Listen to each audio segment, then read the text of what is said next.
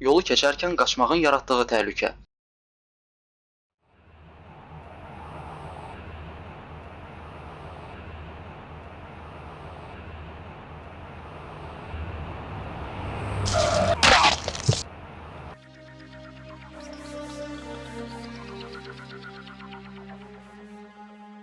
Sağ kənar zolaqla hərəkət edən göy rəngli avtomobilin sürücüsü səkidən yolun hərəkət hissəsinə qaçan piyadanı görür. Sürücü sol zolağa keçərək hərəkət sürətini artırmaqla həmin piyadanı yanından keçə biləcəyini fikirləşir. Lakin piyada da yaxınlaşmaqda olan avtomobildən əvvəl yolu keçəcəyini ümid edərək qaçış sürətini artırır. Hər iki hərəkət iştirakçısının yanlış qərarı onlara dayanmaq imkanı vermir. Piyadanı vurma baş verir.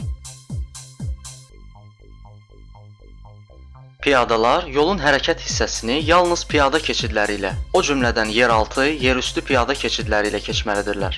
Yolun hərəkət hissəsinin müəyyən olunmayan yerdən keçilməsi qanunla qadağan olunur və bu halda piyadanın qaçması onun həyatı üçün 2 qat təhlükə yaradır. Sürücülərə hətta müəyyən edilməmiş yerdə belə yolu keçən piyadalara yol vermək məsləhət görülür. Bunun üçün hərəkət zolağını dəyişmədən tam dayanana kimi nəqliyyat vasitəsinin sürətini azaltmaq lazımdır. Yolun hərəkət hissəsini müəyyən olunmayan yerdən qaçaraq keçilməsi piyada üçün təhlükəlidir və qanunla qadağan olunur.